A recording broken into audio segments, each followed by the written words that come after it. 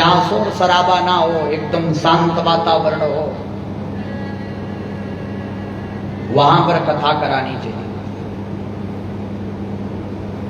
दूसरी बात है, भागवत जी का ज्ञान, उसको ज्ञान पूर्वक सुनना चाहिए। जब हम ज्ञान पूर्वक सुनते हैं तभी आनंद की अनुभूति हो सकती है। तीसरी बात, भागवत में आपका ध्यान, यदि आपका ध्यान परमात्मा पर लगा है, भागवत पर लगा है, तो निश्चित रूप से आपका कल्याण होना तय है। यदि आपका ध्यान ही नहीं लगा, आपका मन ही कहीं दूसरी जगह घूम रहा है, तो महाराज कभी भी दुनिया में कोई आपका कल्याण नहीं कर सकता। बोलो राधे राधे। और पांचवी बात है, भागवत में आपके कान, ये कर्णपुट आपके भागवत में लग जाए, और जब भागवत पर आपके कर्णपुट लग जाएंगे तो आपको सुख की अनुभूति होगी, आपको सुख मिलेगा। क्योंकि सुख केवल भगवान के चरण में है। यदि परमात्मा को प्राप्त करना है तो निश्चित रूप से एक बात याद रखना, हमें भगवान का बनकर के रहना पड़ेगा। यदि भगवान का बनना है तो भागवत से जुड़ना पड़ेगा, और जब भागवत से जुड़ जाओगे तभी परमात्मा का वास्तविक स्वरूप का दर्शन कर पाओगे। और महाराज, यदि भगवान से नहीं जुड़े तो कभी भी जीवन में आपका कल्याण नहीं हो सकता। आप कितने तर्क दे लो, आप कितनी बातें बना लो, कुछ नहीं होता, लेकिन अंत में परमात्मा की शरण में जाना ही पड़ता है। एक ना एक दिन जीव को अपनी सत्ता का त्याग करना पड़ता है और ईश्वर की सत्ता को स्वीकार करना पड़ता है। इसीलिए उसको मत भूलना। भोले मत जइयो, भोल मत जइयो,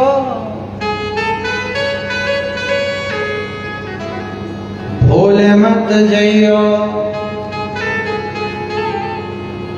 बिहारी जी का नाम, भगवान का नाम याद करना। बांके बिहारी सब सुख था,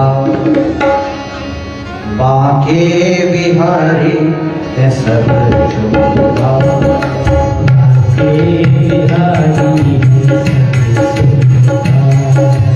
भोले मत जइयो प्यारे, भोले मत जइयो, भोले मत जइयो प्यारे, भोले मत जइयो, भोले मत जइयो, बिहारी जी का नाम, बांके बिहारी सब सुख था, बांके बिहारी सब सुख था, मेरे बांके बिहारी।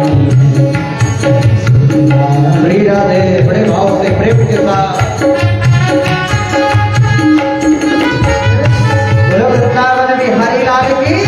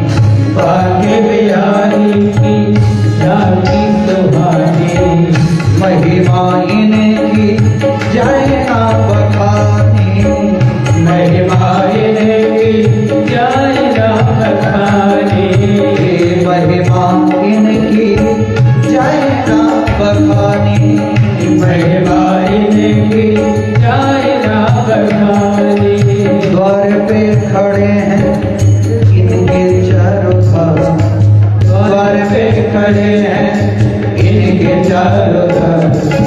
बाके बिहारी सब सुख धाम, बाके बिहारी सब सुख धाम। ओ बाके बिहारी सब सुख धाम, बाके बिहारी सब सुख धाम। भूल मत जइयो बिहारी जी का नाम, भूल मत जइयो बिहारी जी का नाम, भूल मत जइयो बिहारी जी का नाम, भूल मत जइयो बिहारी जी का नाम। बाके बिहारी है सब सुख धाम, बाके बिहारी है सब सुख धाम, बाके बिहारी है शिव सुख धाम, मेरे बाके बिहारी है सब सुख धाम। बोलो वृंदावन बिहारी लाल की जय हो।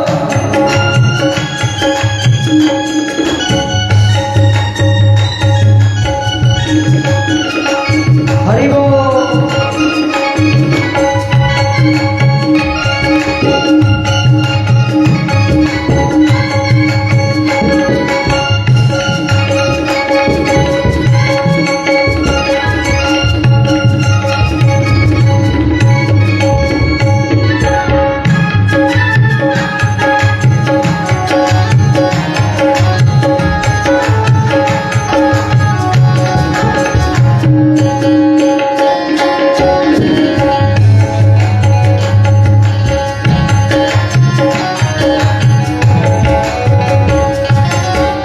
बांके ठाकुर की बांके ठाकुरानी, बांके ठाकुर की बांके ठाकुरानी, बांके ठाकुर की बांके ठाकुरानी, बांके ठाकुर की बांके ठाकुरानी। मुक्ति भी भरती है आकर के पानी, मुक्ति भी भरती है आकर के पानी, मुक्ति भी भरती है आकर के पानी, मुक्ति भी भरती है आकर के पानी। सूर्य नर मुनि शब करते प्रणाम, सूर्य नर मुनि शब करते प्रणाम। बाके बिहारी है शिव सुख धाम, मेरे बाके बिहारी है सब सुख धाम, बाके बिहारी है सब सुख धाम, मेरे बाके बिहारी है सब सुख धाम। भूल मत जइयो बिहारी जी का नाम, भूल मत जइयो बिहारी जी का नाम, भूल मत जइयो बिहारी जी का नाम, भूल मत जइयो बिहारी जी का नाम। बाके बिहारी है सब सुख धाम, मेरे बाके बिहारी है सब सुख धाम। हरि बोल।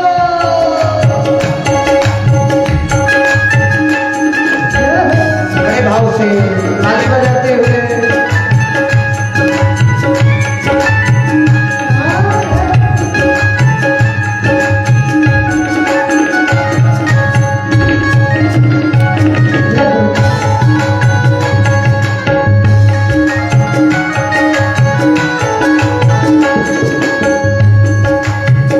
मंदिर में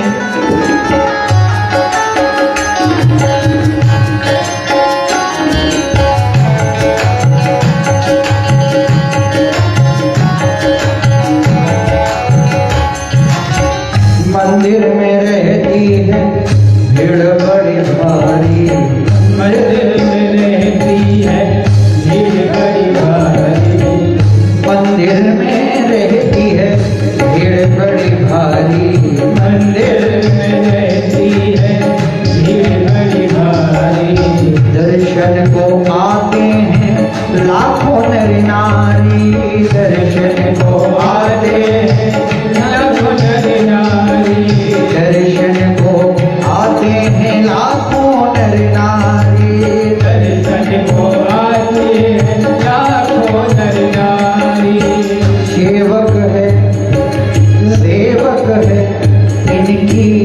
दुनिया तमाम सेवक है इनकी दुनिया तमाम।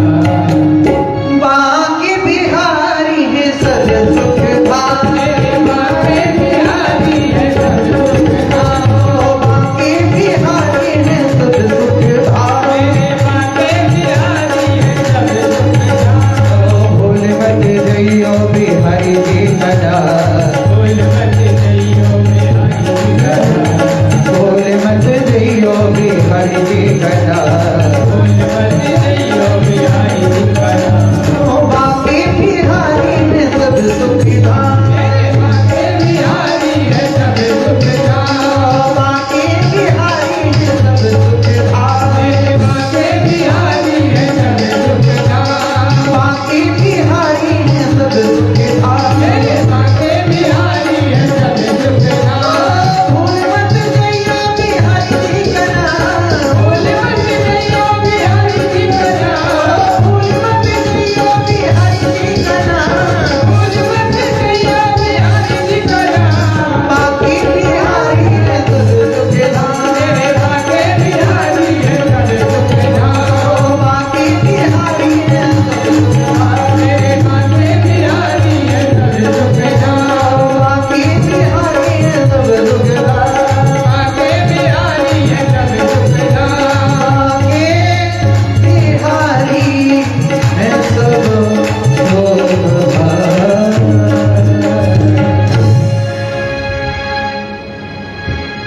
प्रेम से बोलो वृंदावन बिहारी लाल की जय हो।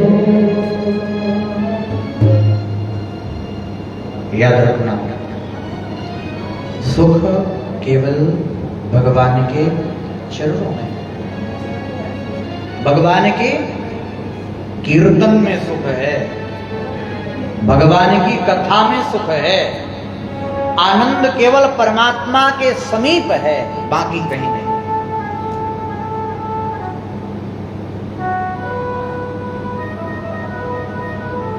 बड़ी अद्भुत बात है। सुध जी महाराज कहते हैं, हे सौनकादिक ऋषियों, इस कथा को देवर्षि नारद ने भी सुना। सौनकादिक ऋषियों ने प्रश्न किया, एक बात बताओ प्रभु, नारद जी एक जगह कभी बैठते नहीं और सनकादिक ऋषि कहीं घूमते नहीं है। सनकादिक ऋषि नारद जी को कथा सुनाने कैसे आ गए और नारद जी एक जगह 7 दिन बैठ कैसे गए? बड़ा अद्भुत चरित्र है। एक बार क्या हुआ, नारद जी बड़ी तीव्र गति से जा रहे थे, दौड़ते हुए। कहां गए? बद्रीनाथ धाम। एकदा ही विशालायाम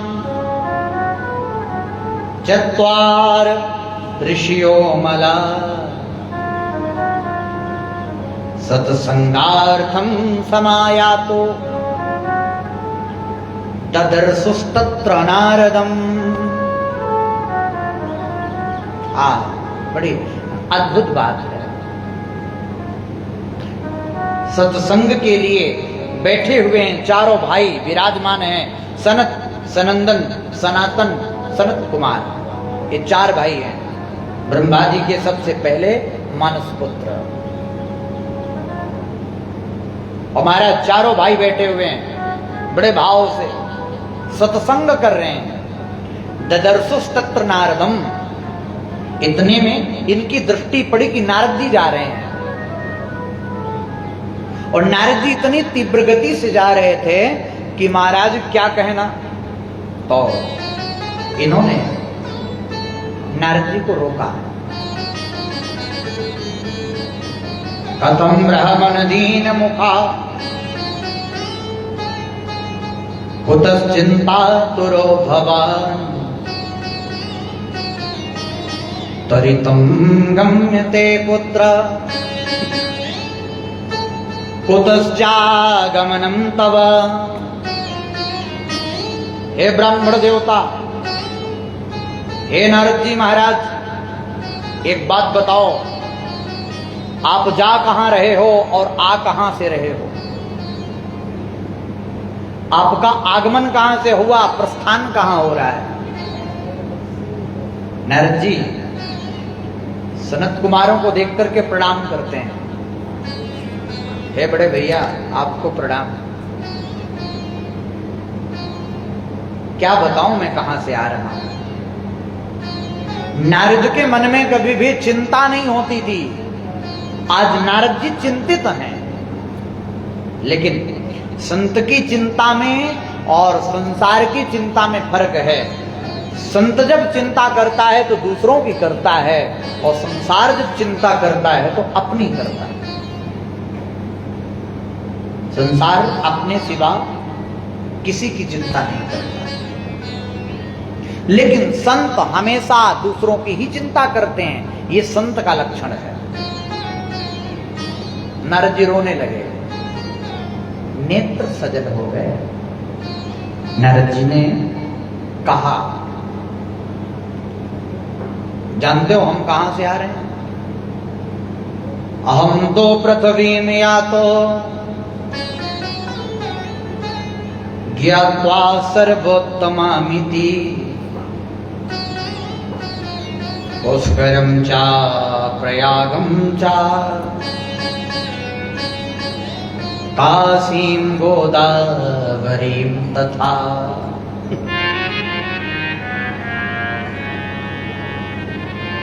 हे सनत कुमारों, मैं पृथ्वी को सबसे उत्तम समझ करके पृथ्वी पर भ्रमण करने गया। धरती पर एक जगह नहीं गया। कहां गया? पुष्करम चा प्रयागम चा। पहले पुष्कर गया, फिर प्रयागराज गया, काशी गया, गोदावरी गया। इतना ही नहीं, हरि क्षेत्रम कुरु क्षेत्रम श्रीरंगम सेतु बंधनम एवमादिषु तीर्थेषु भ्रममाण इतस्ततः। हरिक्षेत्र, कुरुक्षेत्र, सेतुबंध रामेश्वरम, जगह जगह घूमा, लेकिन कहीं भी शांति नहीं मिली।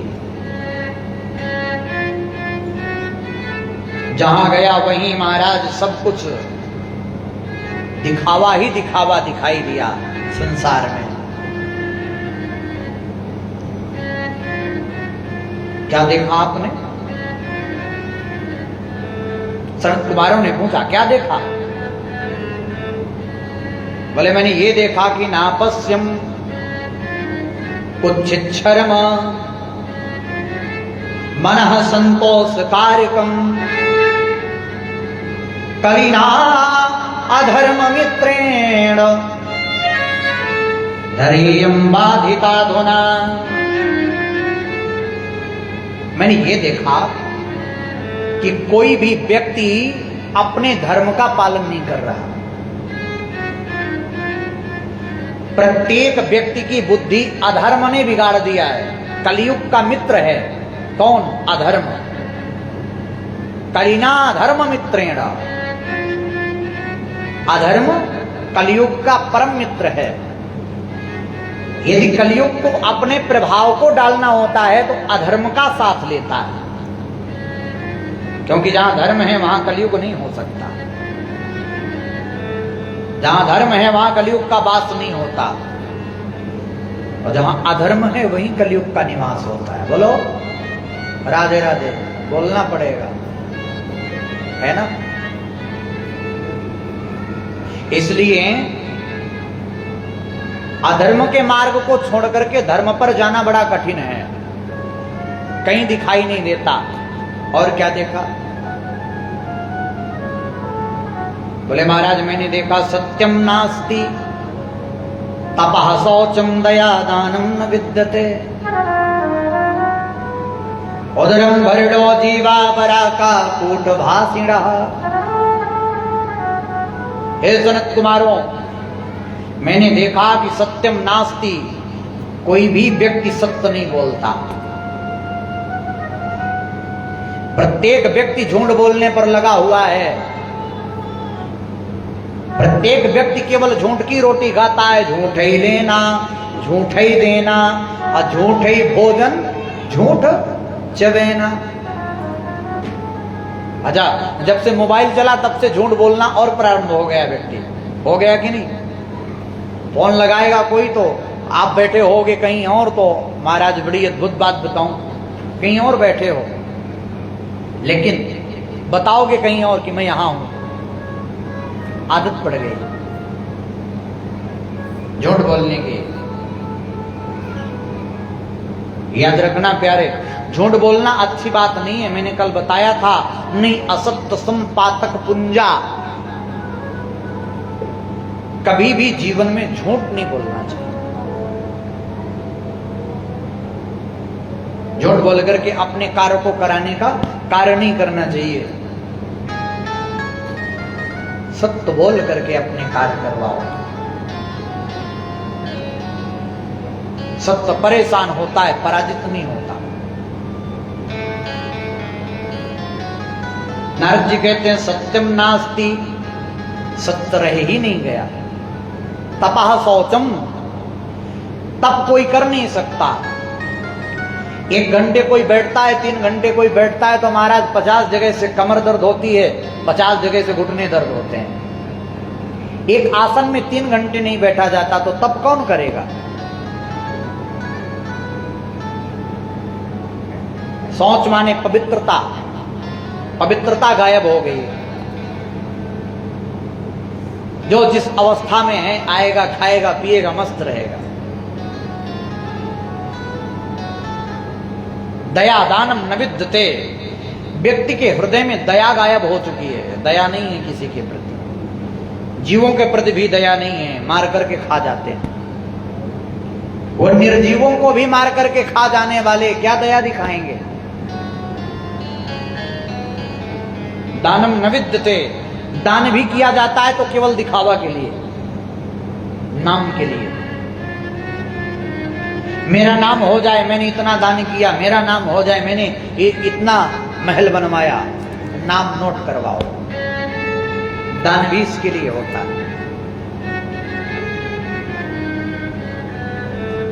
उदरम भरड़ो जीवा, व्यक्ति पढ़ता भी इसलिए केवल पेट भर जाए, नौकरी मिल जाए, पेट भर के खा ले, नौकरी से पैसा कमा ले, बस।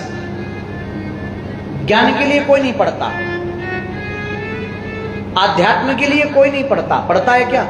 कोई नहीं पढ़ता। बराका कूट भाषणा, पैसे के लोभ के कारण झूठ बोलता है व्यक्ति, जगह जगह मिथ्या भाषण करता है। और महाराज क्या है? तरुणी प्रभुतागे श्याल को बुद्धिदायक, कन्या विक्रीडो लोभाद, कन्या विक्रीडो लोभाद दंपती नाम च कलकनम। महाराज आज के डेट में घर पर चलती किसकी है? नई बहू की। सनत कुमारों ने कहा तो इसमें कौन सी बुरी बात है? चलना चाहिए। वो भी आपके घर की सदस्य है, वो भी महाराज आपके घर से बंधी हुई है, चलना चाहिए। बोले महाराज चलने में दिक्कत नहीं है, लेकिन जब से महाराज नई बहू आई तो माता पिता को लोग भूल जाते हैं। कोई भी कार्यक्रम हो, आयोजन हो, अच्छा कार्य हो, माँ बाप से नहीं पूछेंगे। किससे पूछेंगे? श्याल को बुद्धिदायका, ससुराल से साले जी की सलाह लेंगे। हमारे ब्रज में एक कहावत है, दीवार बिगाड़े आरो, घर बिगाड़े सारो। यदि साले की सलाह पर चलोगे तो घर को तोड़ने से कोई रोक नहीं सकता। ये सत्यता की बात है, मैं नहीं कहता। महाभारत प्रमाण है, प्रमाण है कि नहीं? महाभारत किसकी कराई है? शकुनी की। महाराज इसलिए कहता हूं कि अपने माता पिता को सबसे ज्यादा हमें वरीयता देनी चाहिए। माता पिता की सेवा करने वाले जीव की 4 चीजें नित्य बढ़ती हैं, आयुर्विद्या यशो बलम। उसकी आयु बढ़ती है, विद्या बढ़ता है, यश बढ़ता है और बल बढ़ता है। जो व्यक्ति माँ बाप की नहीं सुनता, माँ बाप की सेवा नहीं करता, वो मनुष्य की योनि में नहीं आता। बाबा ने गाया, बड़ी अद्भुत बात। माँ नहीं माँ तो पिता नहीं देवा, माँ नहीं माँ तो पिता नहीं देवा, माँ नहीं माँ तो पिता नहीं देवा, नहीं माँ तो पिता नहीं देवा, माँ नहीं माँ तो पिता नहीं देवा, माँ नहीं माँ तो पिता नहीं देवा, माँ नहीं माँ तो पिता नहीं देवा, माँ नहीं पिता नहीं देवा, साधु ने शंकर बात वहीं सेवा, साधु ने शंकर बात वहीं सेवा, साधु ने शंकर बात वहीं सेवा, वहीं सेवा, वहीं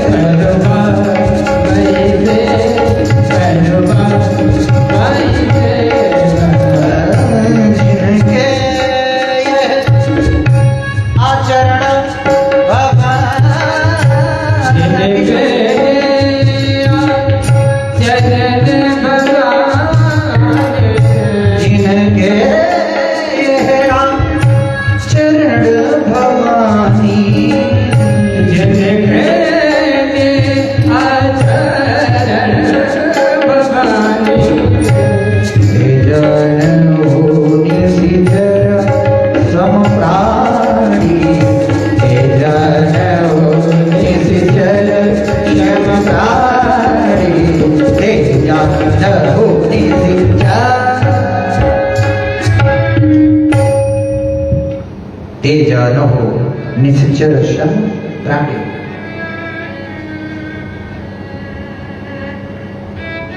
जो माँ बाप की सेवा नहीं करता,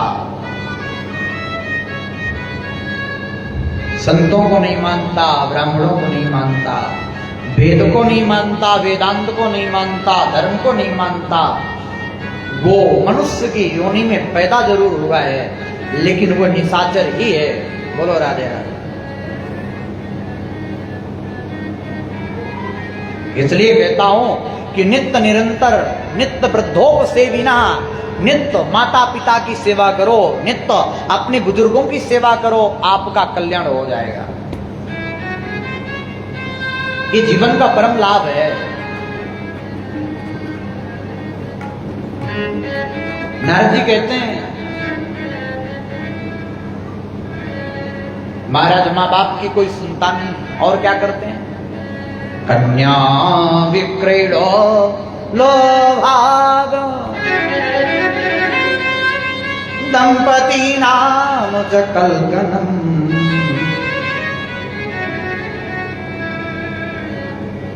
महाराज लोभ के वशीभूत होकर के अपनी कन्याओं का भी लोग क्रय विक्रय कर देते हैं। दंपति नाम च कल्कनम। कलयुग में प्रत्येक दंपति में लड़ाई झगड़ा बना रहता है, घर घर कलह है। पति पत्नी की नहीं सुनती, पत्नी पति का नहीं सुनता, रोज लड़ाइयां होती हैं, रोज मतभेद होते हैं, रोज विवाद होते हैं। कारण क्या है? कारण ये है कि महाराज हम धर्म के आधार पर नहीं चलते, हम मनमाना आचरण करते हैं। उसका प्रभाव ये होता है कि हमारा जीवन सुखमय व्यतीत नहीं होता।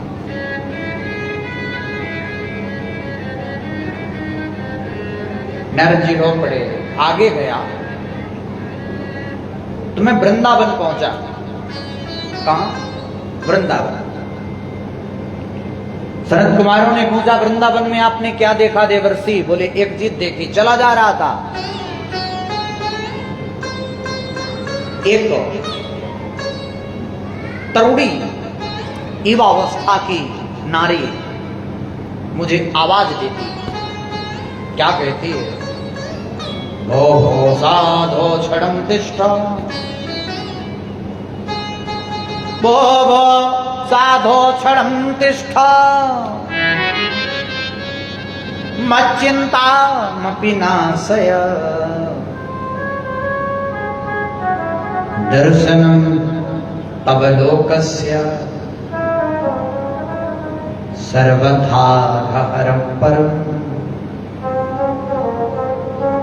वो साधो, हे देवर्षि नारद, हे साधु, क्षणम, एक क्षण के लिए रुक जाओ। क्यों? हमारी चिंता का आप निवारण करो, आप संत हो।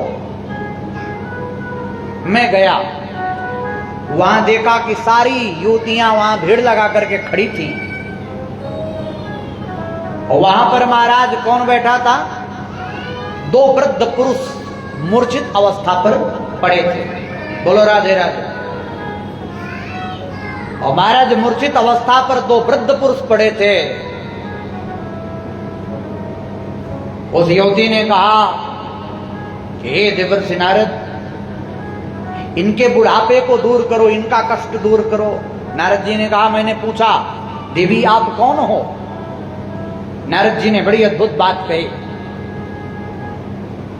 बोलो आपका परिचय क्या है?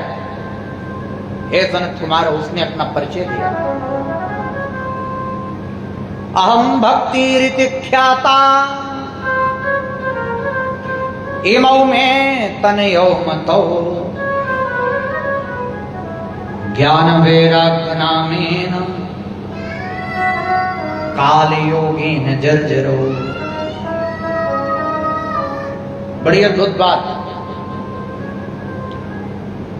नारद जी से कहती है वो युवती कि मैं भक्ति हूं, मेरा नाम भक्ति है।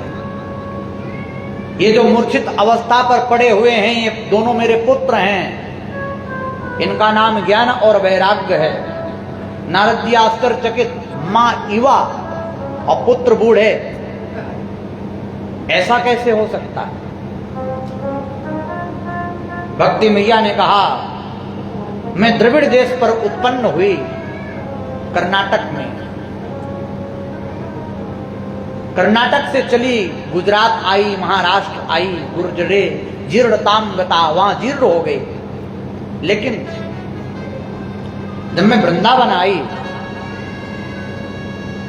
तो वृंदावन संयोगात पुनस्तम तरुणी नव, धन्यम वृंदावनम तेन भक्तिर नृत्यति यत्र चा। भक्ति मैया कहती हैं कि जब मैं वृंदावन आई तो महाराज जितनी भी मेरी व्याधियां थी, मेरा बुढ़ापा था, वृंदावन के संयोग से मैं युवा हो गई। लेकिन मेरे पुत्र अभी भी मूर्छित अवस्था पर हैं, ये अभी भी बूढ़े हैं। नारद जी के पास जो भी औषधियां थी, सारी औषधियों का सेवन कराया, लेकिन कभी भी बुढ़ापा दूर नहीं हुआ ज्ञान वैराग्य का। आकाशवाणी हुई, हे नारद जी, यदि आप ज्ञान वैराग्य के बुढ़ापे को दूर करना चाहते हो तो सत्कर्म करो। तब से नारद जी भटक रहे हैं कि भैया सत्कर्म क्या है, सत्कर्म क्या है। बड़े बड़े मठाधीश थे जो वो मौन व्रत धारण कर लेते कि नारद जी हमसे पूछने आएंगे तो क्या बताएंगे। जो नारद जी को नहीं पता हो हमें कैसे पता होगा।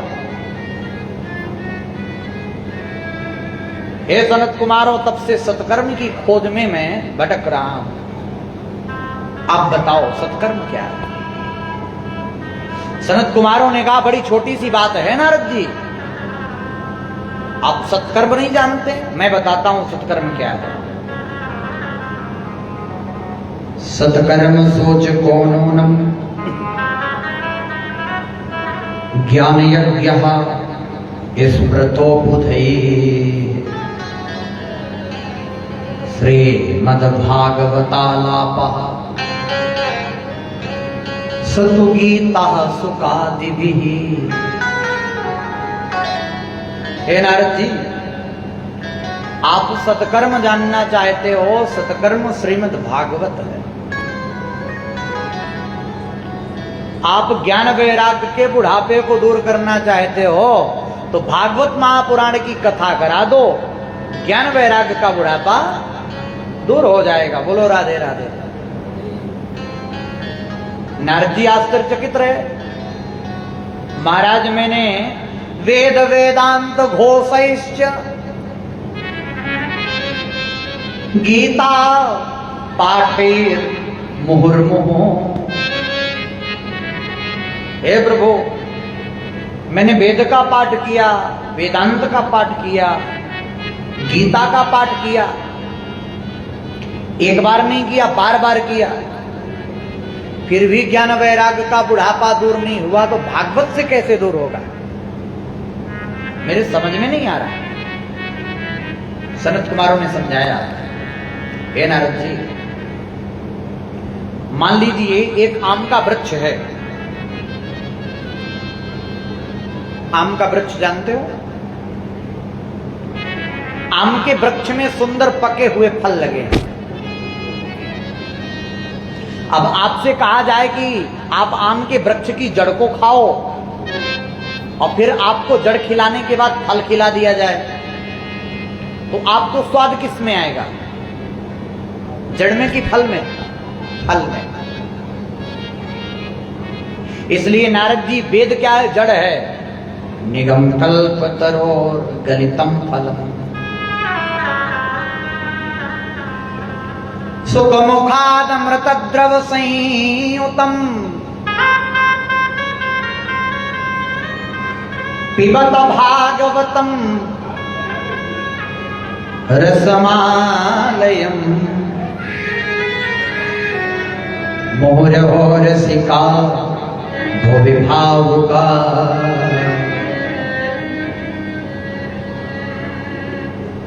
हे नारद जी,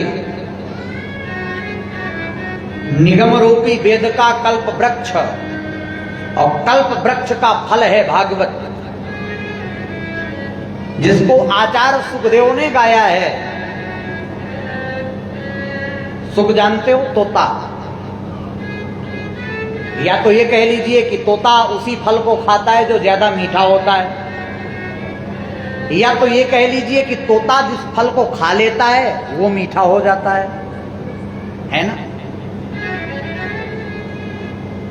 तो ये जो है अमृत द्रव संयुतम, अमृत ही अमृत भरा है, न गुठली है न छिलका,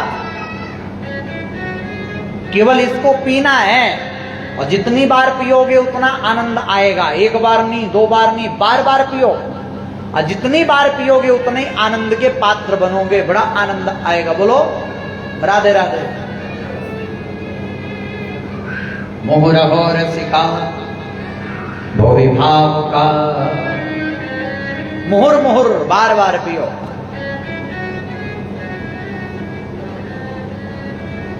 महाराज, आनंद लेना है तो भगवान की कथा को बार बार पीना चाहिए। क्यों? क्योंकि भगवान की कथा इतनी अद्भुत है कि उस कथा को जो कोई पी लेता है वो इस संसार के बंधन से, आवागमन के कुचक्र से हमेशा के लिए मुक्त हो जाता है। अच्छा, नारद जी ने कहा, ये करती क्या है?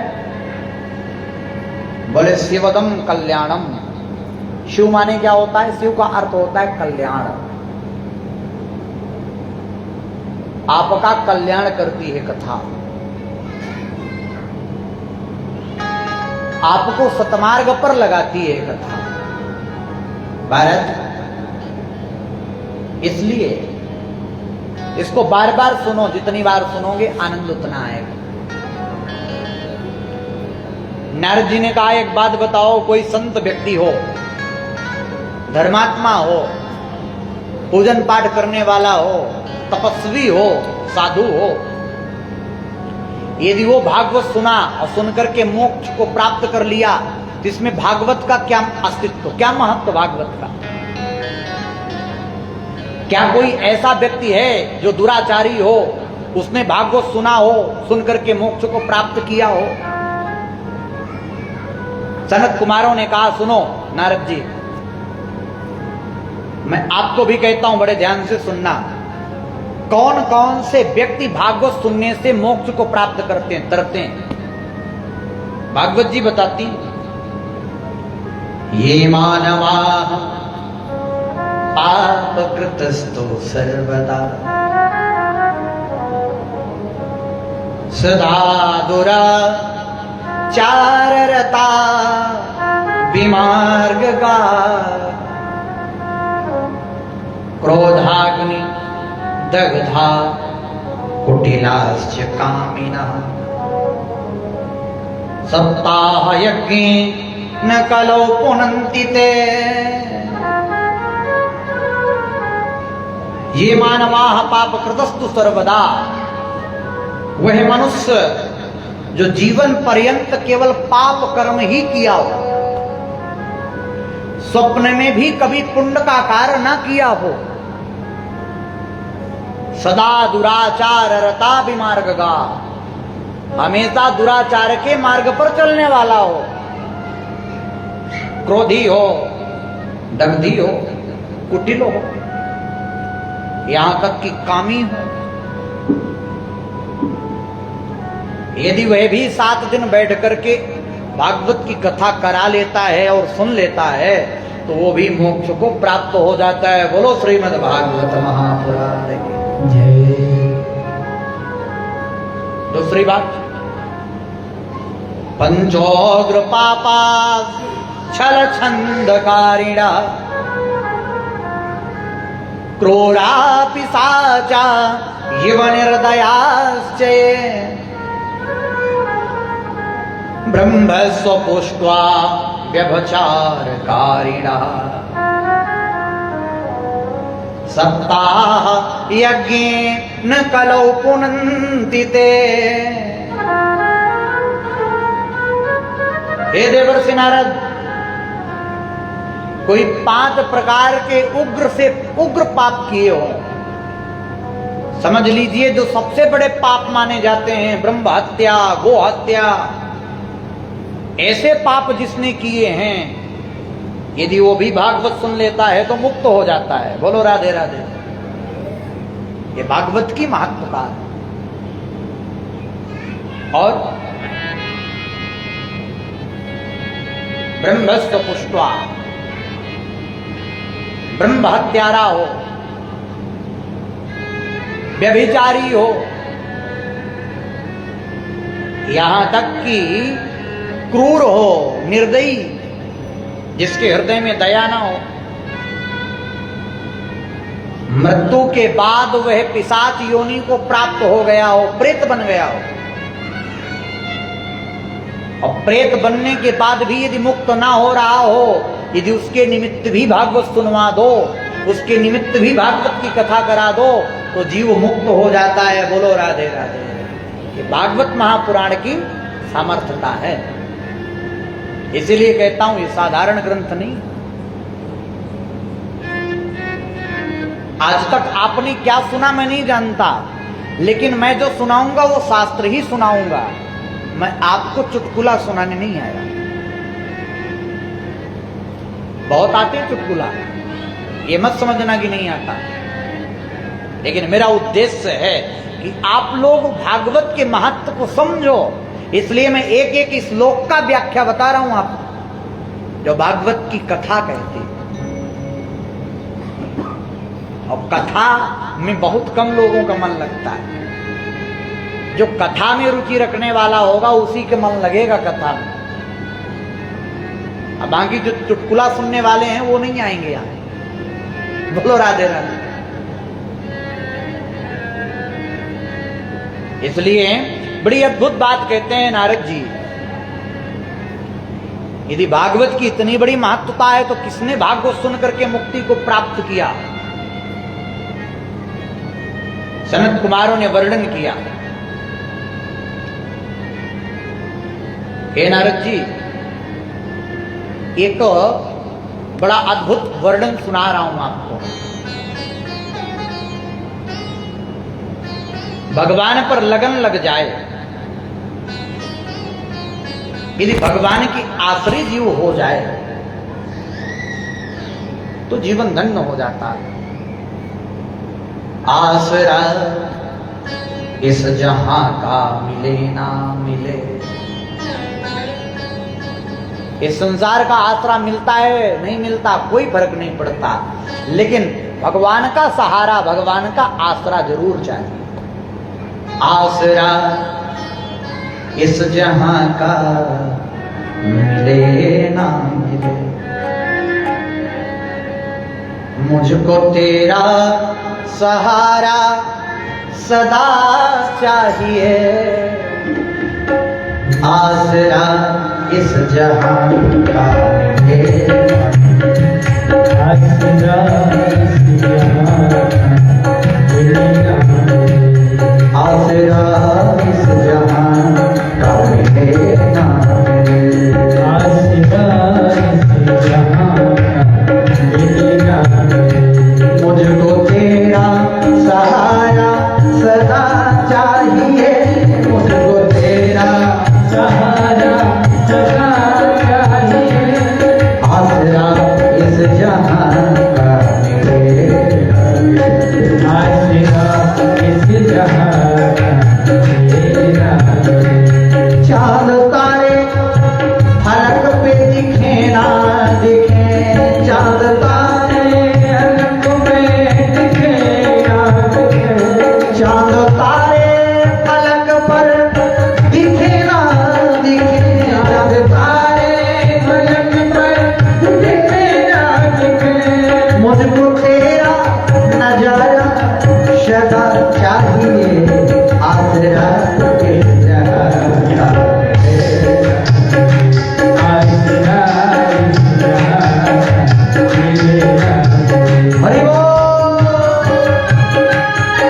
बड़े भाव से ताली बजाते हुए भगवान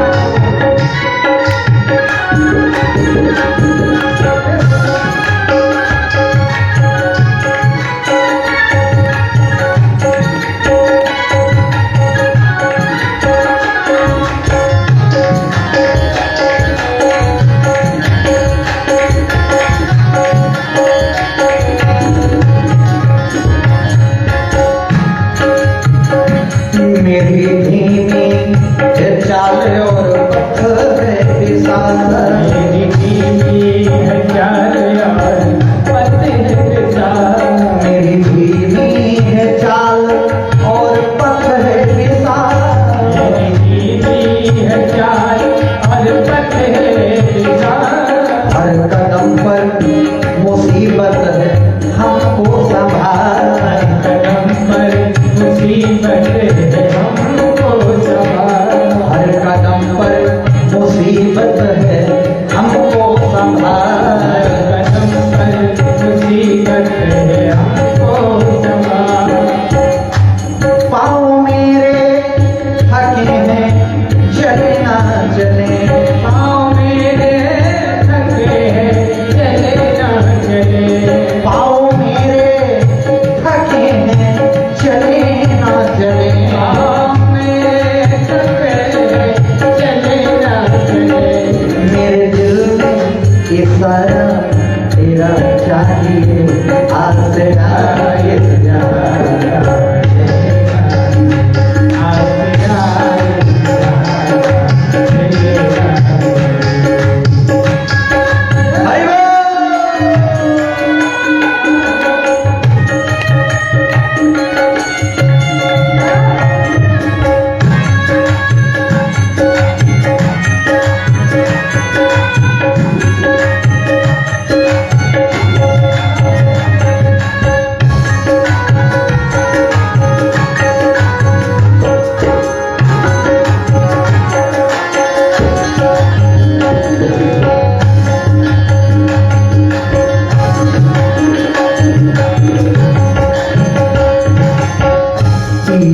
खुशियाँ हैं कम और ज्यादा है गम। यहाँ खुशियाँ है कम और ज्यादा है गम। यहाँ खुशियाँ हैं कम और ज्यादा है गम। यहाँ खुशियाँ है कम और ज्यादा है गम। जहाँ देखो वहाँ है भरम ही भरम। जहाँ देखो वहाँ है भरम ही भरम। जहाँ देखो वहाँ है भरम ही भरम। जहाँ देखो वहाँ है भरम ही भरम। ओ मेरे चाहत की दुनिया बसे ना बसे। मेरे चाहत की दुनिया बसे ना बसे। ओ मेरे चाहत की दुनिया बसे ना बसे। मेरे चाहत की दुनिया बसे ना बसे। मेरे दिल में बसेरा तेरा चाहिए आसरा। आसरा इस जहां का मिले ना मिले। आसरा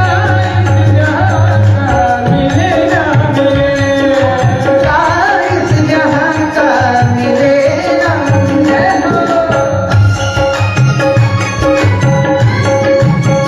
हरि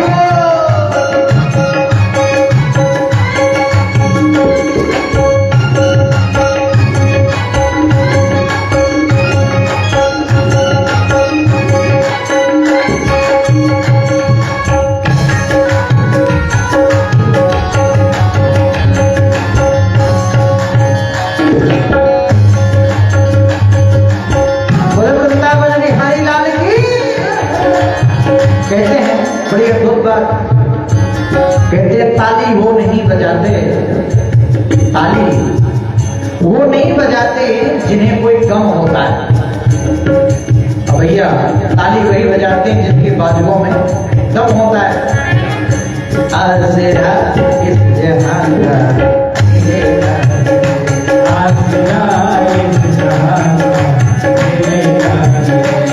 मुझको तेरा सहारा सदा चाहिए।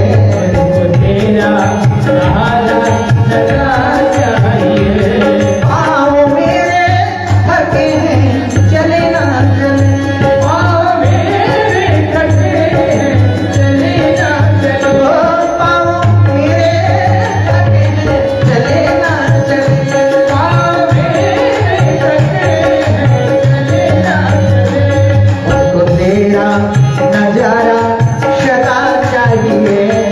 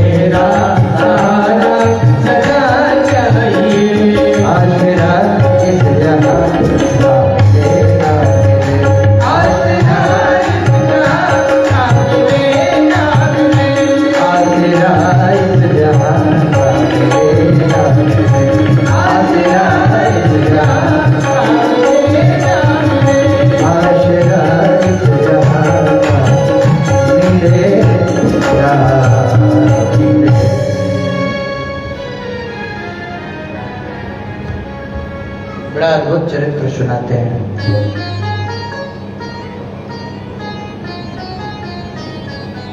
हे नारद जी, एक बड़ा उत्तम नगर था। तुंगभद्रा तटे पूर्वम अभूतपन्ननमोत्तमम् यत्र वर्णा स्वधर्मेण सत्य सत्कर्म तत्परा।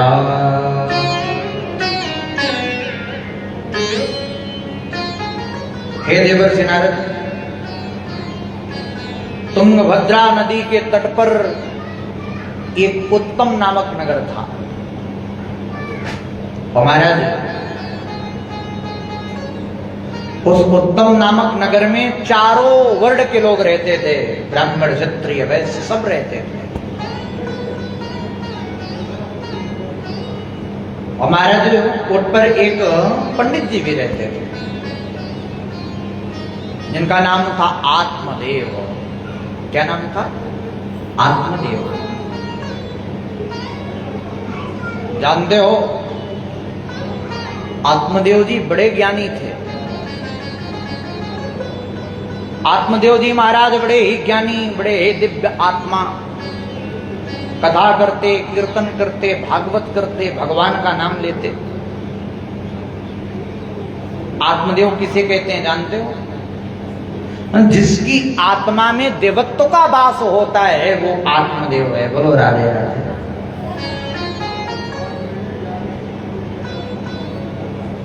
जिसकी आत्मा में देवताओं का वास्तविक वास हो जाए, निवास हो जाए, वो आत्मदेव है। महाराज आत्मदेव नित्य प्रति कथा कीर्तन में चले जाते हैं। उनकी पत्नी का नाम था धुंधुली। क्या नाम था? धुंधुली।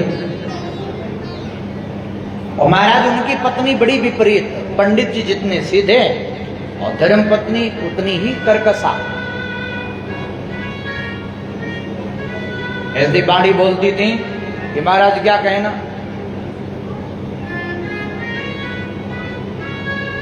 जब बोले तो ऐसा लगे कि जैसे महाराज किसी ने नमक मिर्च छिड़क दिया हो जले पर, ऐसा बोलती थी। नाम क्या था? धुंधली। यथा नाम तथा गुड़ा। काम क्या था?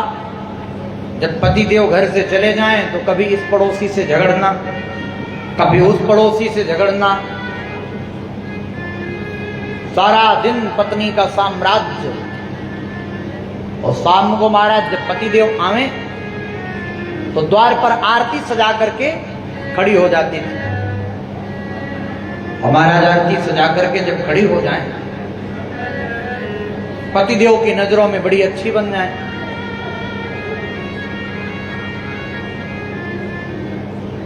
एक बड़ी अद्भुत बात हुई। आत्मदेव जी, पंडित जी जो थे, उनके यहां पड़ोसियों का आना जाना शुरू हुआ। किसका? पड़ोसियों का। और महाराज जब पड़ोसियों का आना जाना शुरू हुआ तो बड़ी अद्भुत बात बताऊं आपको। एक पड़ोसी आकर के पूछते हैं, एक बात बताओ पंडित जी, आपके इस घर पे तुलसी का वृक्ष लगा हुआ है, लेकिन ये हरा भरा नहीं रहता, सूख जाता है, क्या कारण है? आत्मदेव जी ने कहा, एक बात बताएं, तुलसी जी की रोज सेवा करते हैं, रोज जल डालते हैं। अब तुलसी जी सूख जाती हैं, इसमें हमारा क्या दोष? हमारा दूसरा पड़ोसी आया। दूसरा पड़ोसी आकर के कहता है कि जानते हो पंडित जी, हम आपके घर में एक गाय देख रहे हैं, वर्षों से बंधी है। आज तक न इस गाय के कोई बछड़ा हुआ, न इस गाय के कोई बछिया हुई। क्या कारण है? ये गाय बांझ हो गई। आत्मदेव जी ने कहा, हम सेवा करते हैं रोज नित्य निरंतर। एक बात बताओ, आप ही बताओ, इसमें हमारा क्या दोष है? हम गाय की सेवा कर रहे हैं, बछड़ा बछिया नहीं हो रहा, तो हम क्या करें? एक पड़ोसी कहता दोस्त तो आपका ही है। पंडित जी बोले क्या? बोले आपके कोई संतान नहीं है, इस कारण आपके गाय भी बांझ हो जाती है, तुलसी का वृक्ष भी सूख जाता है। बोलो राधे राधे। बड़ी अद्भुत बात महाराज।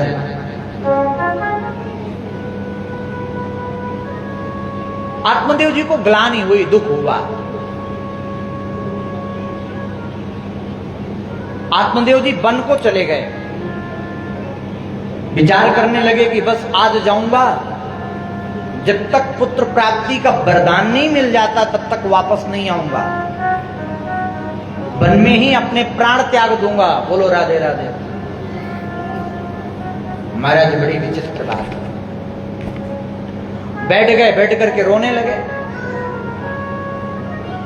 और जब रोने लगे महाराज, तो एक बात बताऊं आपको मैं, एक संत का पदार्पण हुआ, वहीं से जा रहे थे रास्ते से। वो कहने लगे, पूछने लगे, कथम रोदिस विप्रतुम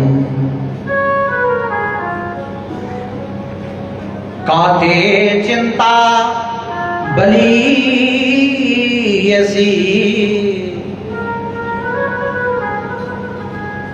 बदत्वं सत्वरं मह्यं स्वस्य दुःखस्य कारणम्। हे ब्राह्मण देवता, आप क्यों रो रहे हो? अपने दुख का कारण बताओ, क्या कारण है, किस लिए रो रहे हो? आत्मदेव जी संत के चरण पकड़ करके लेट गए। जब संत के चरण पकड़ करके लेट गए आत्मदेव जी, तो जानते हो क्या हुआ? संत ने कहा, उठो ब्राह्मण देवता, अपने दुख का कारण बताओ। बोले, मेरे कोई संतान नहीं है प्रभु, और मैं संतान प्राप्ति का वरदान मांगने आया हूं। संत ने समझाया,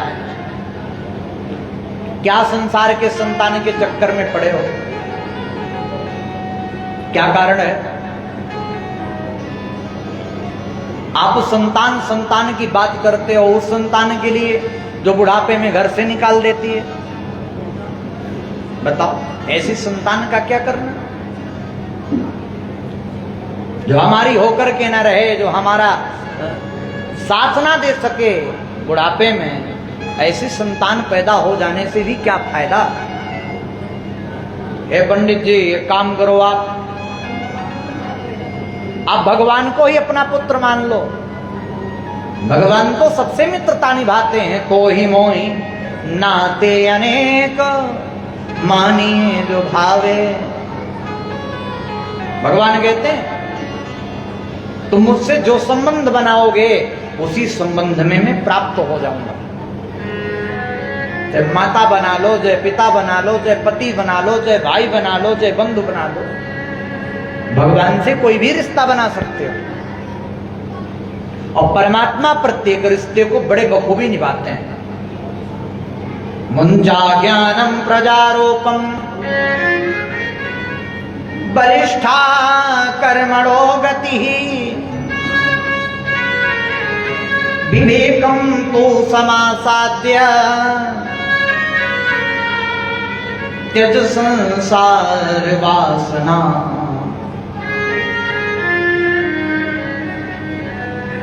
हे पंडित जी, ये संसार का भ्रम है कि ये मेरा है, ये मेरा है। यहां कोई किसी का नहीं है। प्रत्येक व्यक्ति अपने स्वार्थ से जुड़ा है। जिस दिन स्वार्थ पूर्ण हो गया, उस दिन आपका त्याग कर देगा। सूर्य नर मुनि सबकी यह रीति, सूर्य नर मुनि सबकी,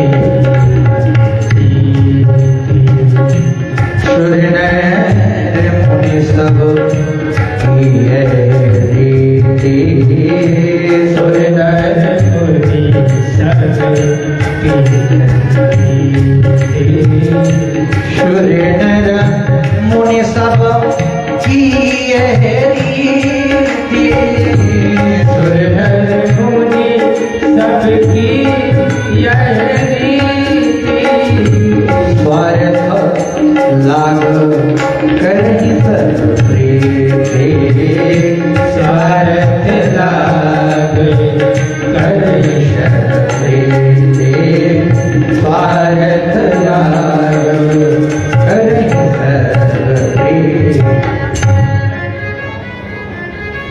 हे आत्मदेव जी, देवता हो मनुष्य हो कोई भी हो, प्रत्येक व्यक्ति केवल आपसे स्वार्थ से ही प्रेम कर रहा है। कुछ ना कुछ उससे स्वार्थ निकल रहा है, तब आपसे प्रेम कर रहा है। इसलिए मैं कहता हूं कि एक काम करो। बोले क्या? बोले अनन्या ममता विष्णु ममता प्रेम संगता भाव सैव सांद्रात्मा बुधै प्रेमा निगद्यते। एक काम करो, आप भगवान से प्रेम कर लो। जो ममता आप संसार में लगाना चाहते हो, जो मोह आप संसार के बंधन में बांधना चाहते हो, वो मोह यदि आप भगवान से बांध लो तो आपका कल्याण हो जाएगा। बोलो राधे राधे, है ना?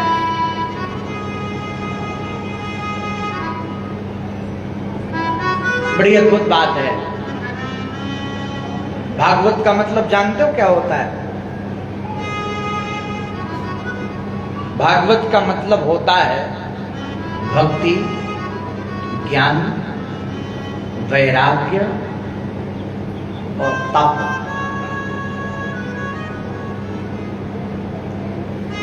जब तक आपके हृदय में भक्ति नहीं होगी, ज्ञान नहीं होगा, वैराग्य नहीं होगा, तप नहीं होगा, तब तक भागवत आपके पल्ले नहीं पड़ेगी, है ना? एक काशी के विद्वान थे, पढ़ करके आए। अब काशी के विद्वान पढ़ करके आए, ट्रेन में बैठे, ट्रेन में सामान चोरी हो गया। और महाराज जब सामान चोरी हुआ तो बेचारे स्टेशन पर उतर गए, देखा एक गांव है, और महाराज उस गांव पर गए तो वहां के जो पुरोहित जी थे उनसे मिले। अब पुरोहित जी से मिलकर के वो पंडित जी कहते हैं कि यार एक काम करो, हम काशी से पढ़ के आए हैं, भागवत करवा लो, है ना? क्या करो? भागवत करवा लो। अब पुरोहित जी तो जानते ही नहीं थे कि भागवत क्या होती है। भागवत कहते किसको है? पुरोहित जी गए और पुरोहित जी जाकर के महाराज गांव के एक पटेल जी थे, उनके पास पहुंच गए, जमींदार साहब के पास। अब जमींदार साहब के पास पहुंचे तो जमींदार साहब से कहा एक काम करो जमींदार साहब, ये काशी से पंडित आए हैं, ये भागवत करते हैं, इनसे भागवत करवा लो, है ना? अब महाराज पंडित जी गए, जमींदार साहब ने सोचा कि भागवत ही तो है, चलो कोई बात नहीं। पंडित जी बैठ गए, ऐसे चबूतरा बना था, अब बैठ गए, भागवत की पोथी खोलकर बैठ गए। पूरे गांव में जितने बच्चे थे, औरतें थीं, सब आ गईं भागवत देखने के लिए कि देखो देखो भागवत आई, भागवत आई। कैसे आई भागवत, है ना? अब भागवत देखने के लिए बैठ गए। पंडित जी बेचारे खोलने लगे भागवत जी। अब वो खड़े हैं, खड़े खड़े देख रहे हैं कि पता नहीं कब भागवत दिखाएंगे, कब भागवत दिखाएंगे, कब भागवत दिखाएंगे, हैं? सब खड़े देख रहे हैं। अब पंडित जी शुरू कर रहे हैं, सच्चिदानंद रूपाय विश्वोत्पत्त्यादि हेतवे। अब पटेल जी आए, पंडित जी के बगल में लेट के आराम से खर्राटे भरने लगे, सो रहे हैं, है ना? खर्राटे भर रहे हैं, सो रहे हैं। अब महाराज पंडित जी बेचारे भूखे प्यासे, न भोजन के लिए किसी ने पूछा, न किसी ने चाय के लिए पूछा, न नाश्ता के लिए, बस पंडित जी भागवत सुना दो, भागवत दिखा दो। अब बच्चे सोचते हैं कब दिखाएगा, ये तो ये किताब पलट रहा है, भागवत कब दिखाएगा, कब दिखाएगा भागवत? बड़ी अद्भुत बात बता रहा हूं। अब पटेल साहब रहे, आराम से सो गए खर्राटा भरकर। पंडित जी देखे कि अब भैया सो गए, बगल ही में खर्राटे भर रहे हैं, तो उन्होंने जगाया। ओ पटेल साहब, जमींदार साहब, भागवत सुनो, भागवत। अब नींद से उठाया तो पटेल को आई गुस्सा, तो पंडित जी को एक थप्पड़ जोर से मारा। पंडित जी भी मोटे तगड़े थे। अब भूखा ब्राह्मण शेर समान है ना, ब्राह्मण भूखा हो जाए तो शेर की तरह टूटता है। पंडित जी भैया पटेल जी को उठा के पटकना प्रारंभ कर दिए। अब जितने लोग थे सब देख रहे हैं, अरे अब भागवत शुरू हुई है ना। जितने लोग हैं सब देख रहे हैं कि अब शुरू हुई है भागवत। अब औरतें कहें अरे इतनी अच्छी भागवत। अब एक दूसरे को पटके, पंडित जी पटेल जी को, पटेल जी पंडित जी को, और पटकते पटकते पंडित जी और पटेल जी दोनों कुआं में गिर गए। ऐसे ही अब महाराज पंडित जी पटेल के ऊपर चढ़े हैं। पंडित जी ने जुक्ति लगाई, बोले इसने गत तो हमारी बिगाड़ ही दी, अब कुछ लेके चले, इससे लेके चले। जितनी औरतें हैं सब हैं, सब मनाने लगे कि अरे भागवत ऐसी होती है, हे भागवत महारानी अब छोड़ दो, दोबारा नहीं करवाएंगे आपको। पंडित जी ने कहा भागवत तभी छोड़ेगी जब तुम 100 सोने की मोहरे लाओगे। जितनी औरतें थीं घर की सब लेकर के अपनी अपनी मोहर आई, पंडित जी को थमाया। पंडित जी ने हाथ में दबाया और पंडित जी ने पोथी उठाई, चल पड़े।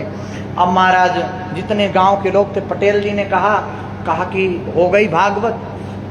गांव के लोग कहते हैं पटेल जी आप ही भागवत कराने लायक थे, बाकी दूसरा कोई था ही नहीं। हमें क्या पता कि भागवत इतनी कठिन है ना, इतनी कठिन भागवत। तो भागवत इतनी सरल थोड़ी है कि सबके समझ में आ जाए, है ना। भागवत करा लेना अलग बात है, भागवत का पालन करना बड़ा कठिन है। भागवत का पालन करना बड़ा कठिन है। महाराज भागवत कराना साधारण काम नहीं है। नहीं पटेल जी की तरह हाल होता है फिर भागवत का। जब भागवत चढ़ती हैं तो फिर चढ़ाती हैं। भागवत का अर्थ बड़ा अद्भुत है। जब तक हृदय में भक्ति नहीं होगी, ज्ञान नहीं होगा, वैराग्य नहीं होगा, तब तक आपको भागवत का कुछ भी पता नहीं चलेगा। ऐसे चुटकुले सुनाना हो तो मैं रात दिन आपको सुनाऊं, खूब हंसोगे, लेकिन मुझे पता है कि आपका कल्याण नहीं होने वाला। और मैं भी अपने धर्म के साथ घात कर रहा हूं यदि ऐसी बात सुनाऊं मंच से। अपनी आदत बदलो। आते हो, बैठ जाते हो, पंचायत करते हो, बात करते हो, ये सभ्य श्रोताओं के लक्षण नहीं है। और ऐसी जगह पे हम कथा करने जाते भी नहीं हैं। हम शास्त्र को लेके चलते हैं, पढ़े हैं, कथा लगाए हैं, गुरु परंपरा में अपना जीवन समर्पित किया है। नाचना गाना था तो नाचने गाने वाले बहुत घूमते हैं, सत्य कह रहा हूं। मुझे कोई आपत्ति नहीं है, कोई गुरेज नहीं है कि आप लोग आओ यहां बैठ करके एक दूसरे से दरबार करो, बिल्कुल मत आओ।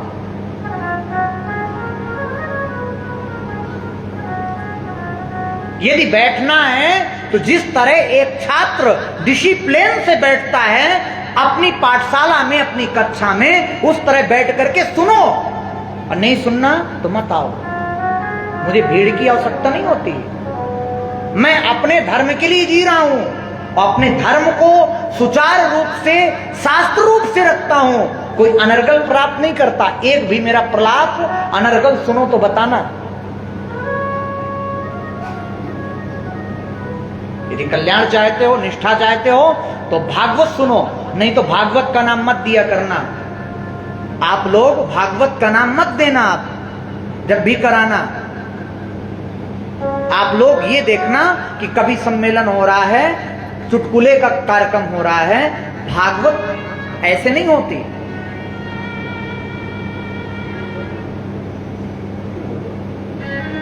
विचारणीय बात है।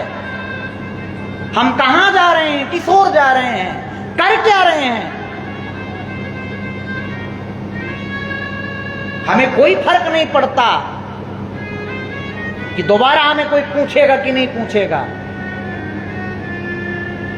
लेकिन हम केवल और केवल शास्त्र की ही बात करते हैं, केवल और केवल एक निष्ठा के साथ कथा करते हैं, भाव के साथ कथा सुनाते हैं। और भाव के साथ सुनना है तो श्रोता बनकर के बैठना हमारी कथा में। पिछले कौन आए कौन गए कोई फर्क नहीं पड़ता हमें।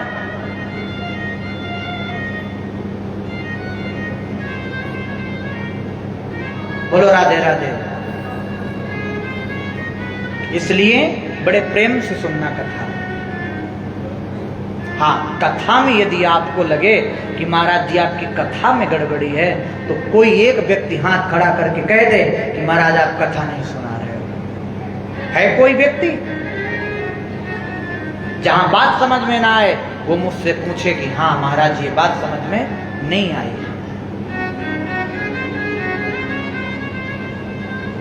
लेकिन जहां प्रसंग चल रहा हो उस प्रसंग के बीच में अपने कार्य को बिल्कुल भी मत जोड़ो। आपको कार्य करना है, बात करना है, आप दूसरा स्थान चुन लो। यहां बैठो तो बड़े शांत भाव से, बड़े प्रेम के साथ। बोलो भक्त वत्सल भगवान की जय। अनन्य ममता विष्णु ममता प्रेम संगता भाव सैव सांद्रात्मा बुधे प्रेमा निगद्यते। एक काम करो आत्मदेव जी, आप भगवान को अपना मान लो। भगवान ही आपके सब कुछ हो जाएंगे। आत्मदेव जी ने कहा प्रभु मुझे तो पुत्र प्राप्ति का वरदान ही चाहिए, क्या करूं मैं? संत ने कहा आपके 7 जन्मों तक पुत्र प्राप्ति का योग नहीं है। हम आपके मस्तक की रेखा देखकर बता रहे हैं कि आपके 7 जन्मों तक पुत्र नहीं होना। महाराज बड़ी अद्भुत बात है। जानते हो क्या हुआ? संत के चरणों पर आत्मदेव जी लेट गए। कहने लगे आप संत हो, आप विधाता के लेख को भी बदल सकते हो। यदि आप बोल दोगे तो हमारे पुत्र हो जाएगा। बोलो राधे राधे। हमारे पुत्र जरूर होगा। नहीं माने, संत ने क्या किया? एक फल दिया, जाओ अपनी पत्नी को खिला देना, तुम्हारे सुंदर पुत्र की प्राप्ति हो, सुंदर पुत्र मिलेगा आपको। आत्मदेव जी प्रसन्न होकर फल लेकर के गए, अपनी पत्नी को दिए। अब धुंधली देवी सोचने लगी। यहां से धुंधली गीता प्रारंभ होती है। भागवत जी विचार करती है यदि फल को खाऊंगी गर्भ ठहर जाएगा, पेट बढ़ जाएगा, जब पेट बढ़ेगा तो भोजन कम हो जाएगा, अब भोजन नहीं कर पाऊंगी तो जीऊंगी कैसे, मर जाऊंगी।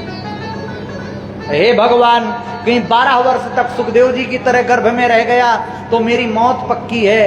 प्रसव का दर्द, प्रसव की पीड़ा कौन सह पाएगा? मैं पुत्र नहीं पैदा कर सकती। इतने में एक धुंधली की सहेली आई, उसको बहन की तरह मानती थी।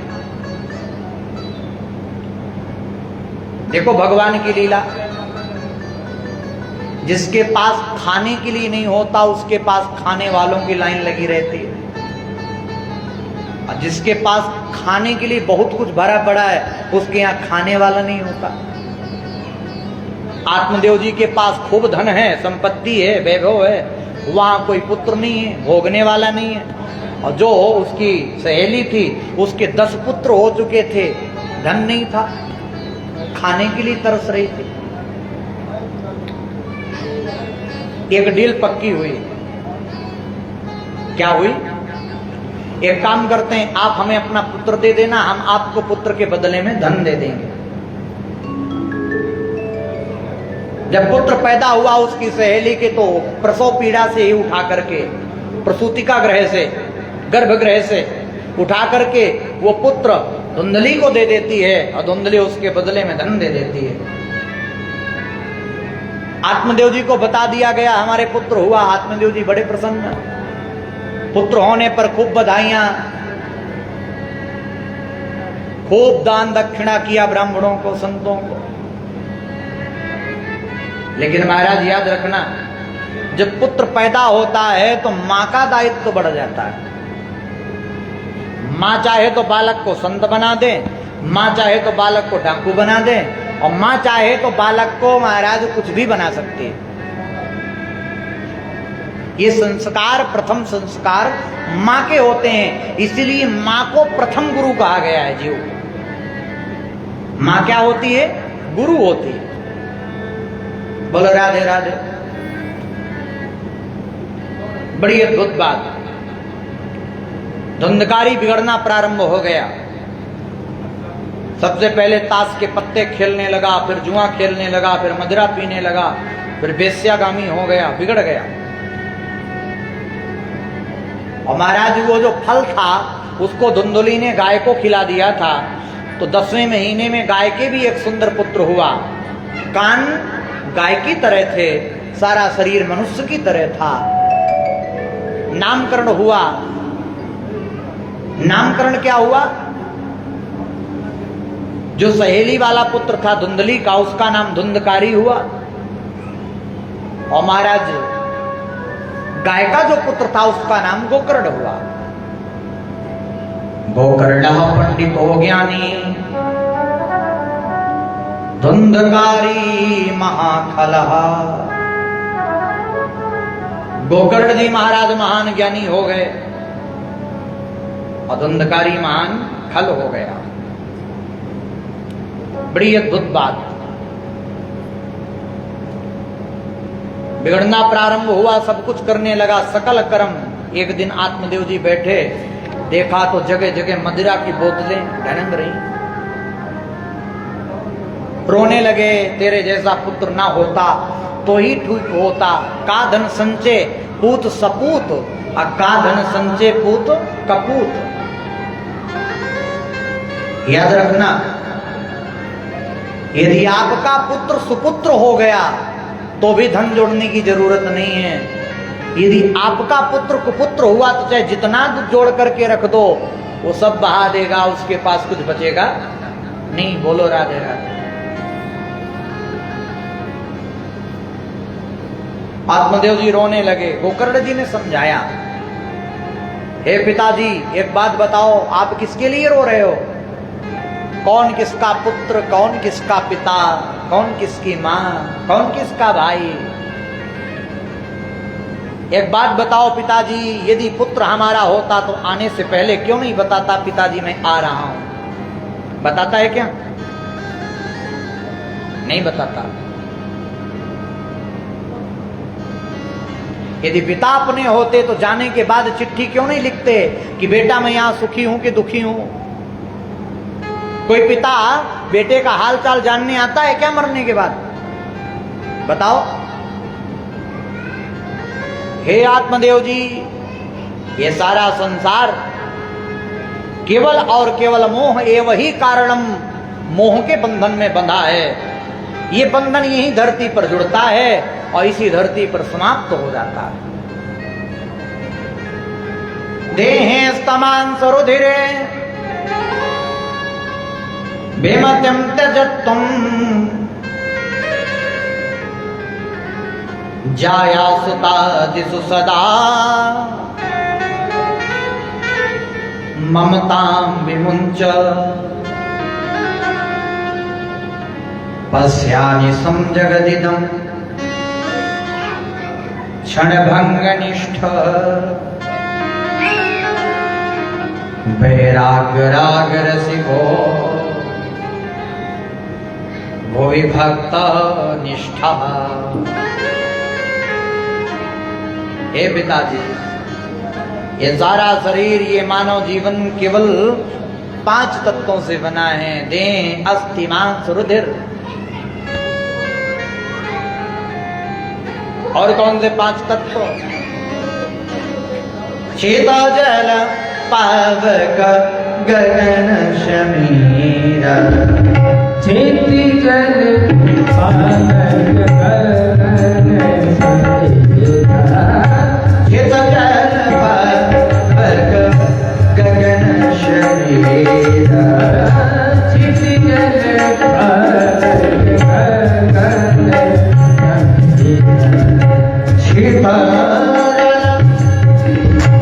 पावक गगन समीर।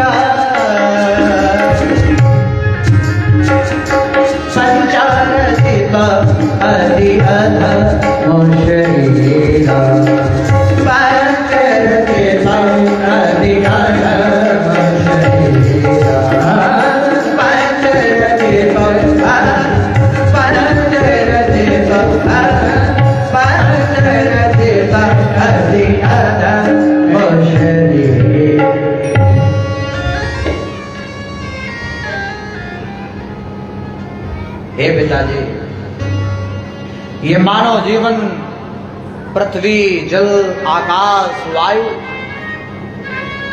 अग्नि, इन्हीं तत्वों से निर्मित है और इन्हीं तत्वों पर विलीन हो जाता है। इसलिए एक काम करो, आप ये सब छोड़ दो और जाओ भगवान का भजन करो। भगवान ही आपका कल्याण कर सकते हैं। बोलो राधे राधे। आत्मदेव जी चले गए वन में जाकर के दसमस्त पाठात भागवत जी के 10वें स्कंद का पाठ किया। और जब 10वें स्कंद का पाठ किया तो भगवान के धाम को पहुंच गए, उनकी मुक्ति हो गई। और इधर क्या हुआ? पिताजी के जाने के बाद ही एक दिन धुंधकारी अपनी माता को लात और घूंसों से मारता है। पितर्यो वरिते तेन जननी ताड़िता भृशम। पिताजी के जाने के बाद धुंधली को लात घूंसों से पीटता है। धुंधली को ग्लानि हो जाती है और ग्लानि होने के बाद धुंधली क्या करती है? धुंधली जाती है अंधे कूपे गतम, सूखे कुएं में गिर जाती है। और महाराज सूखे कुएं में गिरने के बाद अपने प्राणों का त्याग कर देती है और वो भी प्रेत योनि को प्राप्त हो जाती है। आत्महत्या करने वाला जीव प्रेत योनि में जाता है। अकाल मृत्यु मरने वाला जीव प्रेत योनि को प्राप्त होता है। इसलिए महाराज धुंधली भी प्रेत योनि को गई। धुंधकारी ने क्या किया? 5 वेश्याओं को अपने घर में ला करके रख लिया। बोलो राधे राधे। 5 वेश्याओं के साथ रति करने लगा, डाका डालने लगा, चोरी करने लगा, धन सब समाप्त हो गया। एक दिन राजा को पता चला और महाराज जब राजा को पता चला तो धुंधकारी को आदेश दिया कि धुंधकारी को पकड़ करके लाया जाए। ये बात वेश्याओं को पता चल गई और वेश्याओं ने क्या किया? दोपहर के समय में धुंधकारी चारपाई पर लेटा हुआ था, ऐसे हाथ किए विश्राम कर रहा था। वेश्याओं ने 5 ने मिलकर के धुंधकारी के हाथ पैर बांध दिए। हाथ पैर बांध करके ताप्तांगार समूहाश्च, महाराज गरम गरम कोयले के अंगार लाई, जलता हुआ कोयला, और महाराज उसके मुख पर डाल डाल करके और महाराज उसका वध कर दिया, मार दिया, जिंदा जला दिया। धुंधकारी महान प्रेत बन गया। बोलो राधे राधे। हमारा धुंधकारी महान प्रेत बनने के बाद क्या हुआ, गोकर्ण जी महाराज श्राद्ध करने के लिए गए गया जी में, सबके नाम का पिंडदान किया। वापस आए रात्रि के समय, तो महाराज रात्रि के समय आकर के आज धुंधकारी के घर पर ठहर गए। तो धुंधकारी प्रेत योनि में था, कभी अग्नि जल जाती, कभी महाराज किसी तरह की आवाज निकालता। गोकर्ण जी महाराज अभिमंत्रित करके जल का छींटा मारते हैं, धुंधकारी खड़ा हो जाता है, प्रेत को बोलने की समर्थता आ जाती है उनके अभिमंत्रित जल से। पूछा, कौन हो तुम, क्यों ऐसे कर रहे हो, क्यों डरा रहे हो हमें? धुंधकारी रोने लगा, हे भ्राता मैं कोई और नहीं हूं, अहम भ्राता त्वदीयोऽस्मि धुंधकारीति नामतः स्वकीयेनैव दोषेण ब्रह्मत्वं नासितं मया।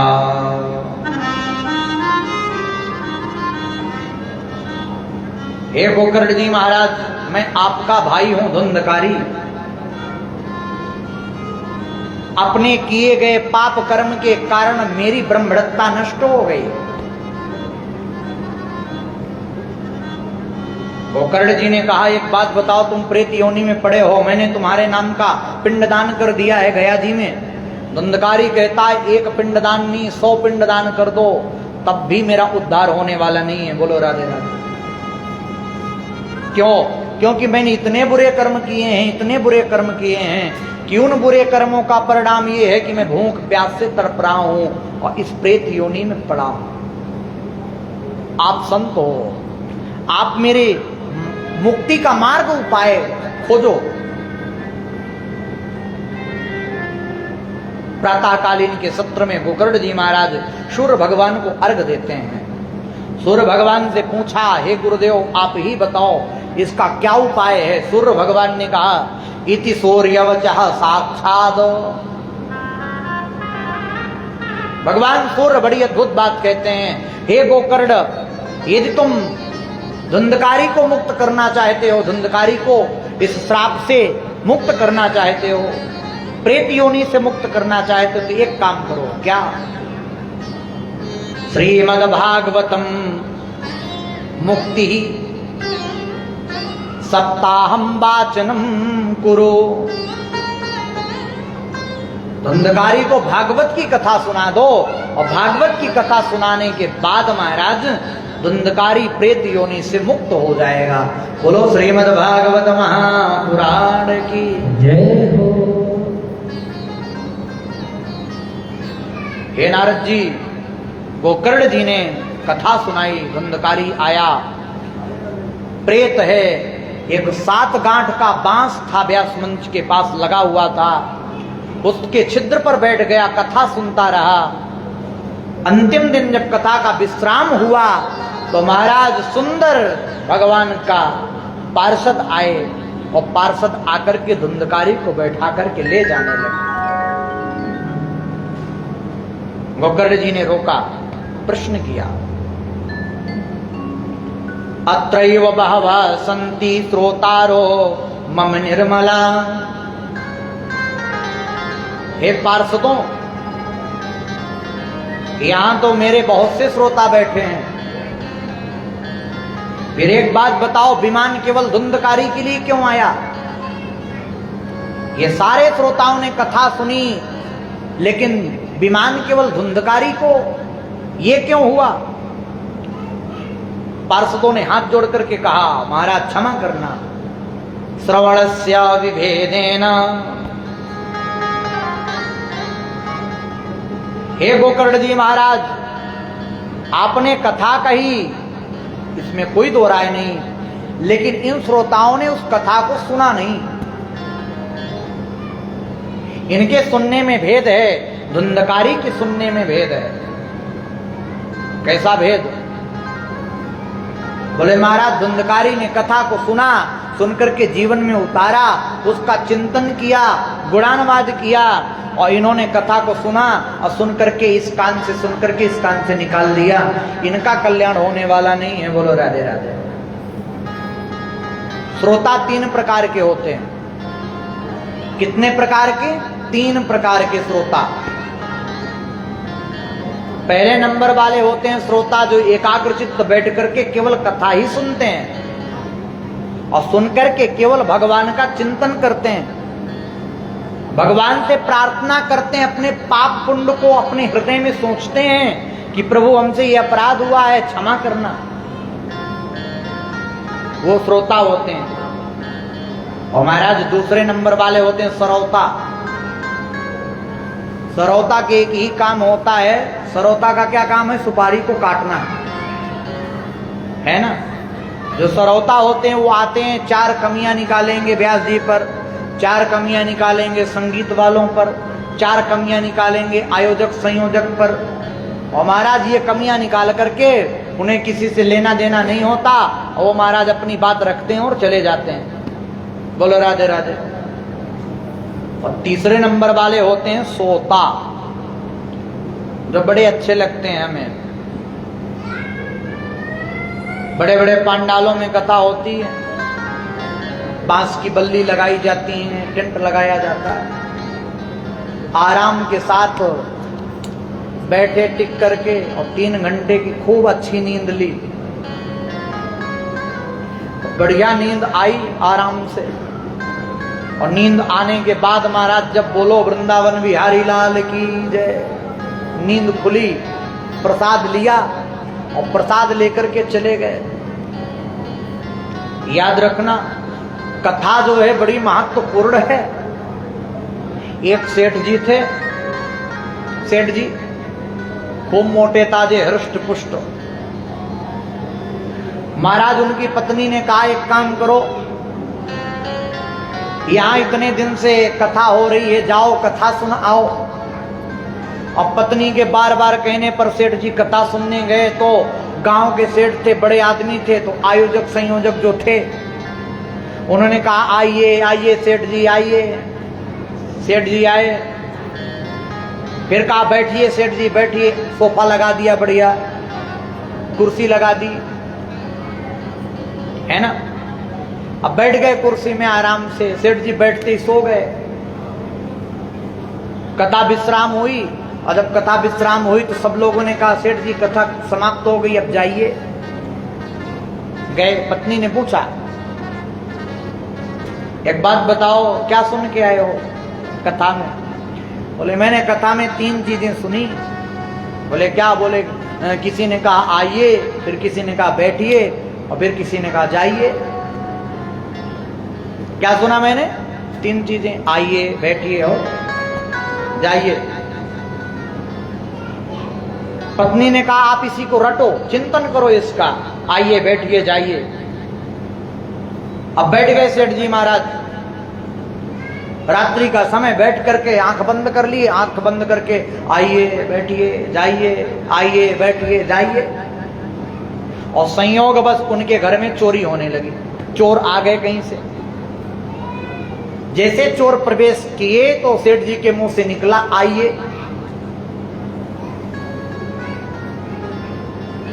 और महाराज जैसे चोरों ने सुना कि सेठ जी ने कहा आइए, तो चोर डर के मारे बैठ गए। बोले लगता है देख लिया सेठ ने। जब बैठ गए तो उसी समय सेठ जी के मुख से निकला बैठिए। अब चोर जान गए कि पक्का देख लिया, तो दौड़ पड़े। सेठ जी के मुंह से निकला जाइए। तो महाराज वो सारे चोर आकर के सेठ जी के चरणों में गिर पड़े। हे सेठ जी, पुलिस को नहीं बताना, हम आपके घर में चोरी करने आए थे, आप जान गए, आप चोरी नहीं करेंगे कभी भी, एक बार क्षमा कर दो, माफ कर दो। सेठ को तो पता ही नहीं था कि चोर आए हैं। सेठ तो चिंतन कर रहा था। विचार करो कि महाराज जो ऐसे सांसारिक शब्द हैं, उन सांसारिक शब्दों को भी यदि हम चिंतन में लाते हैं तो हमारे काम आ जाते हैं। यदि हम भगवान की कथा चिंतन में ले आए, स्मरण में ले आए, तो भगवान की कथा हमारा कल्याण कर देगी। ये भगवान की कथा की सामर्थ्यता है। बोलो राधे राधे। महाराज गोकर्ण जी ने दोबारा कथा सुनाई। इस कान से सुनकर इस कान से निकालने वाली कथा कभी कल्याण नहीं करती।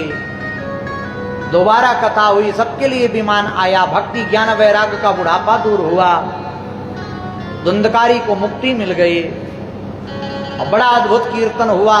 तो प्रहलाद स्थालधारी तरलिगत तया चौदवा कांसधारी वीणाधारी सुर ऋषि स्वर कुशलतया राग करता जुनो भूत इंद्रवादी मृदंगम जय जय सुकरा कीर्तने ते कुमारा यत्राग्रे भाववक्ता सरसरचनया व्यास पुत्रो बभूव। बड़ा अद्भुत कीर्तन प्रारंभ हुआ। प्रहलाद जी ताली बजाने लगे। क्या करने लगे? ताली बजाने लगे। वीणाधारी सुर ऋषि ही, नारद जी आ गए, वीणा बजाने लगे। इंद्र आ गए और इंद्र ने आकर के मृदंग बजाना प्रारंभ कर दिया। और महाराज सनत कुमार कीर्तन गाने लगे। बड़ा अद्भुत। सावरे सावरे सावरे सावरे सावरे सावरे सावरे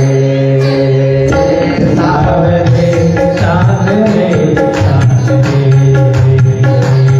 सावरे सावरे सावरे सावरे सावरे सावरे